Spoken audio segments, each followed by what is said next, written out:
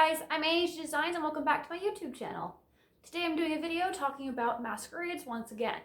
Now in my last video I was talking about how the masquerade systems work, like the divisions, judging, and things like that. Today I want to talk more about tips and tricks on how to enjoy masquerades to the fullest, but also not be scared of them and have a good time. Masquerades can be a little bit on the stressful side sometimes, so I want to help those of you who are newer to masquerades or maybe looking for more advice on them to have a more fun time with them. So the first one would be to always read the rules of the masquerade you're entering. So while there are the ICG guidelines, as seen in my other video, not every masquerade is going to follow them the exact same. They're going to have their own little quirks and little special traits to their masquerade. They are simply guidelines after all. All this stuff can change masquerade to masquerade, so don't just assume they're all the exact same. Always read those rules ahead of time. Another thing is, once you know all the rules, just make sure to show up early to the different times allotted. So if it says registration's at 9 a.m., I would not recommend showing up right at 9 a.m. because everyone else will show up and next thing you know, you're not going to make it into the masquerade because they have a limited amount of contestants allowed in it. So you're registered and you're in the green room, so now it's time to spend a few hours backstage. So first and foremost, you want to listen to your den parents. Your den parents are the people who are helping each section of contestants, and they're going to have to keep track of everyone. Not every masquerade uses the division system or the den system either, but most will have some form of staff back there, making sure every entry goes and sees the judges, photographer, the MC, the stage ninjas, and all that kind of stuff. So listen to them and cooperate with them, essentially, because they're there to help you. They're not there to scare you off or anything. They are your help. And speaking of help, sometimes it is a good idea to have a friend backstage with you. Sometimes it's not a bad idea to have someone out there to help you. But also, just in case there's a little costume malfunction, maybe they can help you with that little problem. It's always good. And then also, moral support. There's nothing wrong with some moral support and just having a friend with you. Especially if you're newer to masquerades, it might help calm your nerves a little bit. Now, speaking of friends and masquerades, green room time is an excellent time to meet really cool, like-minded people. All these people are back here because they're really also into making their costumes, performing, and things like that. I have learned so much just from talking to people backstage at masquerades, and I've also met some of my best friends at the masquerades. Don't be afraid to ask questions. Obviously, don't be too sticky in a sense. Don't be bothering them too much if they're trying to get their mind in the game sort of thing, but it never hurts to ask. The worst thing you could do is say, oh, sorry, I don't really feel like talking right now. And that's okay. And lastly, when you're backstage, try to also have maybe some little snacks with you and a bottle of water. Some masquerades will provide that kind of stuff for you back there, but not all of them do. So just in case, bring a little something with you so you don't get too hungry or thirsty. So you've registered, you're backstage in the green room, having a great time meeting a whole bunch of like-minded individuals. Now, your den parent has come up to you and told you, well, it's your turn to go see the judges. First thing is first, do not let the judges intimidate you. Some judges are very intimidating people just naturally because they're usually the very skilled individuals chosen to do it. They've been through masquerades, they've made a bunch of costumes, they've done performances, they know what they're talking about. So naturally you might feel a little intimidated by them, but in the end, they're just fellow nerds in costume who are into the same things that you are. So don't let them intimidate you into not doing well during judging. So to do your best in judging, something you'll want to do is bring your work in progress photos and reference images printed out on a sheet, or 2 or 3 or 4, how many you'll need to present what you're talking about. Not every judge will know every character or what your design process was if you're doing an original costume. So it really helps to have this kind of reference with you. And the work in progress photos, first off, proves you made your costumes. And it also helps you when you're discussing how you did everything. And it can be a prompt for when the judges are asking questions, be like, wait, you didn't talk about this in your photos. How'd you do that? So that's a really good way to prompt conversation about how you did things, because that's what the judging part is all about. You're talking how you made your costume. So any resource you can print out to help you about your case on how you made your costume just helps that much more.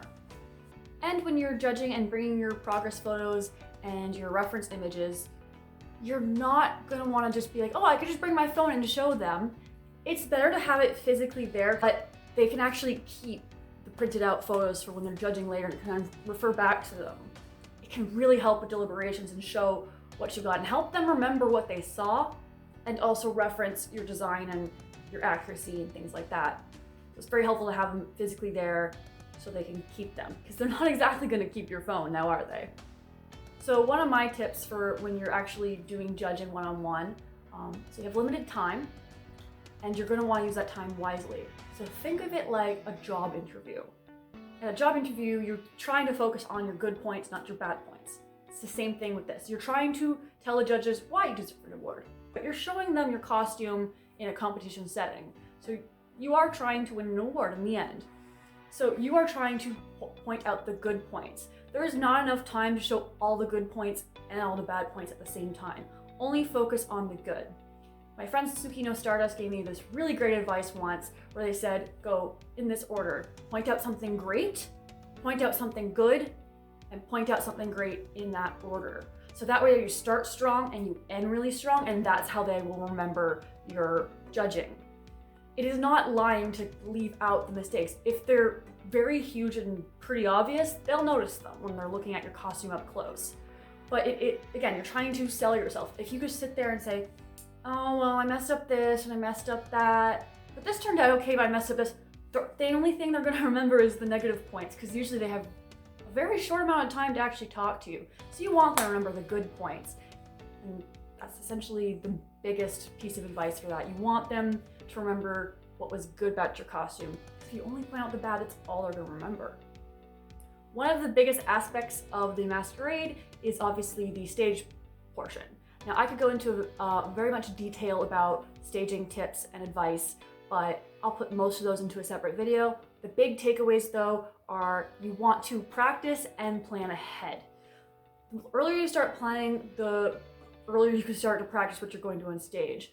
Again, that's something I'll talk a bit more about in a later video, but practice makes perfect is kind of the message here, and planning can really help you out with a really good and effective performance. Another important thing about stage is think of and read the rules when it comes to the stage limitations. Sometimes they'll give you the stage dimensions, which can help you practice, but also consider different rules they have when it comes to either doing tricks or when it comes to doing anything with practical effects. By that I mean, with tricks I mean physical tricks. Some masquerades I've seen have a rule where you're not allowed to do flips, tricks, cartwheels, and stuff like that, just because there's a high chance of people getting hurt, falling off the stage, things like that. And other ones have rules about things like using confetti or things that need to be cleaned up. Almost all masquerades have a rule about that last bit there. Once the masquerade is over, the next day is usually masquerade awards, and I even have advice for that section as well. The first thing is, win or lose, your awards do not determine who you are as a person or a cosplayer. In the end, masquerades are competitions. So not winning does not mean you're a bad cosplayer or your costume was bad. It just means the other people in your division had just stronger costumes than you. If anything, think of a loss as, okay, I could improve next time.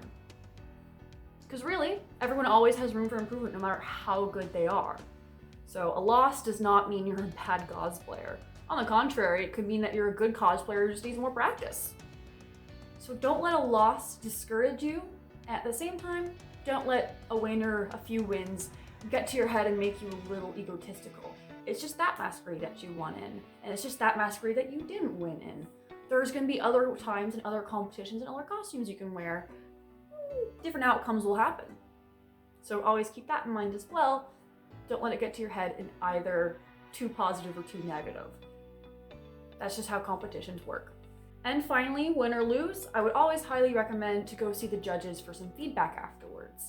The judges have seen your costume up close, they've seen your performance up close.